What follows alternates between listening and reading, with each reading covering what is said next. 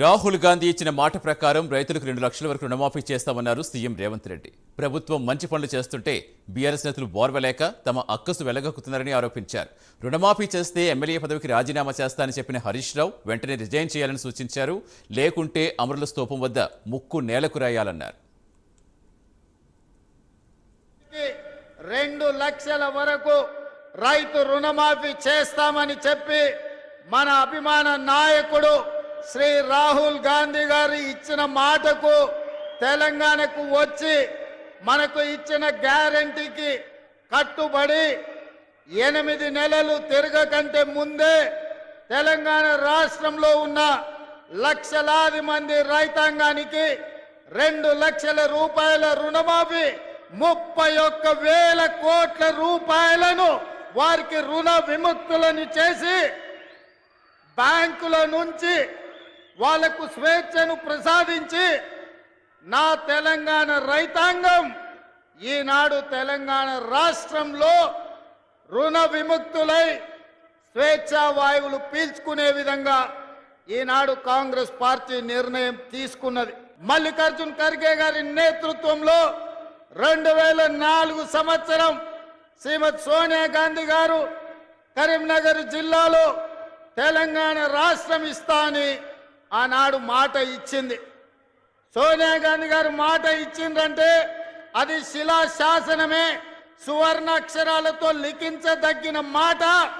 మాట తప్పని మడమ తిప్పని నాయకురాలు శ్రీమతి సోనియా గాంధీ గారి మాట మేరకు జూన్ 2, 2014 నాడు తెలంగాణ రాష్ట్రాన్ని ఇవ్వడం జరిగింది. ఖమ్మం ప్రజల సమక్షంలో హరీష్ రావు, నీకు సీము నెత్తురుంటే, సిగ్గు లజ్జ ఉంటే రాజీనామా చెయ్యి.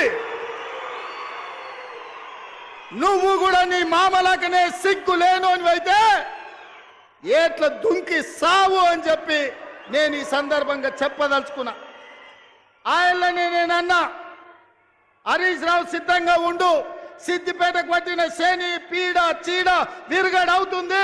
15 ఆగస్టు లోపల 2 లక్షల వరకు రుణమాఫీ చేసి తీరుతామని మాట ఇచ్చిన ఇవాళ 15 ఆగస్టు నాడు మళ్ళీ అదే ఖమ్మం గడ్డ మీద నుంచి ఇవాళ సవాలు విసురుతున్న హరీష్ రావు, నీలో చీము నెత్తురుంటే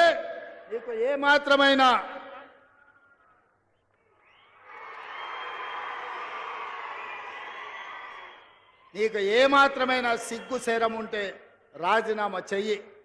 నువ్వు ఎట్లాగూ రాజీనామా చెయ్యవు, నీది సిగ్గులేని జాతి. అందుకే ఇవాళ నువ్వు రాజీనామా చేయకపోతే అమరవీరుల స్తూపం దగ్గరకు వచ్చే ముక్కు నేలకు రాజు కాంగ్రెస్ పార్టీ మీద సవాలు విసిరినందుకు తెలంగాణ రైతాంగం క్షమించండి. మాట తప్పని పార్టీ కాంగ్రెస్ పార్టీ రుణమాఫీ చేసింది. నేను విసిరిన సవాల్ను వెనక్కి తీసుకుంటున్నానని తెలంగాణ రైతాంగానికి క్షమాపణ చెప్పు.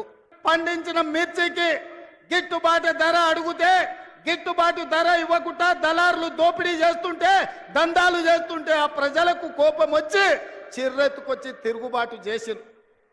దళారులను శిక్షించి దళారులకు బేడీ లేచి జైలుకు పంపించాల్సిన కేసీఆర్ ప్రభుత్వం ఆనాడు ఈ ఖమ్మం జిల్లా రైతాంగాన్ని అరెస్టు చేసి జైల్లో పెట్టి బేడీ లేచి బజార్లు నడిపించింది. ఆయల్లా రైతాంగానికి అండగా నిలబడడానికి ఈ ఖమ్మం జిల్లాలో నేను పర్యటనకు వచ్చిన.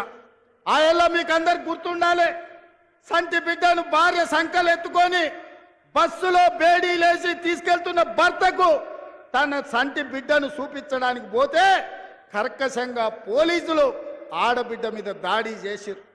ఆ కుటుంబాన్ని కూడా పరామర్శించడానికి నేను ఈ ఖమ్మం జిల్లాకు వచ్చిన. ప్రతి పేదవాడికి ఇల్లు ఇవ్వాలన్న లక్ష్యంతో ఈ సంవత్సరం ప్రతి నియోజకవర్గంలో 3,500 ఇందిరమ్మ ఇండ్లు, రాష్ట్రం మొత్తం 4,50,000 ఇండ్లను ఇవాళ పేదలకు మంజూరు చేసి ఇవాళ పేదలను ఆత్మగౌరవంతో బ్రతికించే విధంగా కార్యక్రమాలు తీసుకున్నాం. ఇన్ని కార్యక్రమాలు సెప్టెంబర్ 17, 2023 నాడు రాజీవ్ గాంధీ ప్రాంగణం తుక్కుగూడలో సోనియా గాంధీ గారు 6 గ్యారెంటీలను తెలంగాణకు ఇస్తే ఆ గ్యారెంటీలను అమలు చేసే ప్రయత్నం నిరంతరం నా మంత్రివర్గ సహచరులతోని మేము కష్టపడుతున్నాం. అందుకే మిత్రులారా, ఇవాళ మేము చేస్తున్న సంక్షేమం, మేము ప్రయత్నం చేస్తున్న అభివృద్ధిని చూసి ఓర్వలేక ఇవాళ టిఆర్ఎస్ నాయకులు ఉన్నవి లేనివి మాట్లాడుతున్నారు.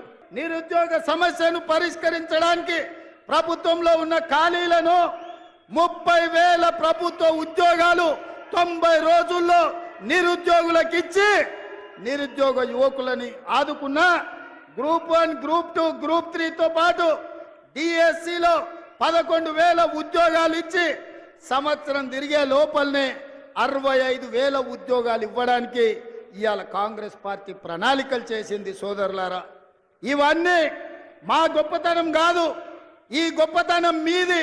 ఈ ఖమ్మం జిల్లా 2014లో టిఆర్ఎస్ ఒకటే సీట్ ఇచ్చింది, 2018లో ఒకటే సీట్ ఇచ్చింది, 2023లో ఒకటే సీట్ ఇచ్చినా ఆ మిత్రుడు కూడా ఇందిరమ్మ రాజ్యంలో ఉండాలి, ఖమ్మంను అభివృద్ధి చెయ్యాలి అని ఇవాళ మనకే మద్దతు ఇచ్చిండు. ఇవాళ ఖమ్మం జిల్లాలో బీఆర్ఎస్ ఓన్కి ఏమున్నదా అంటే గాడిద గుడ్డు ఉన్నది ఇవాళ ఈ ఖమ్మం జిల్లాలో. అయినా సిగ్గు తప్పిన వాళ్ళు మారలేదు, వాళ్ళ మాటలలో మార్పు లేదు. పొద్దున్న లేస్తే కొత్త బిచ్చగాడు పొద్దు గుర్తెరగాడు అన్నట్టుగా అబద్ధాలు చెప్పుకుంటా బామ్మార్దులు తిరుగుతున్నారు. అందుకే మిత్రులారా, కాంగ్రెస్ పార్టీ కార్యకర్తలు, ముఖ్యంగా ఖమ్మం జిల్లా కార్యకర్తలు మీరు అండగా నిలబడండి. బీఆర్ఎస్ను బద్దలు కొట్టి బొందబెట్టే బాధ్యత నాది. మీ సోదరుడిగా, మీ అన్నగా మీకు మాటిస్తున్నా, ఈ తెలంగాణ రాష్ట్రంలో సమూలంగా నేల మట్టంగా పెకిలించి బంగాళాఖాతంలో బీఆర్ఎస్ను ఇసిరేసే బాధ్యత నేను తీసుకుంటా.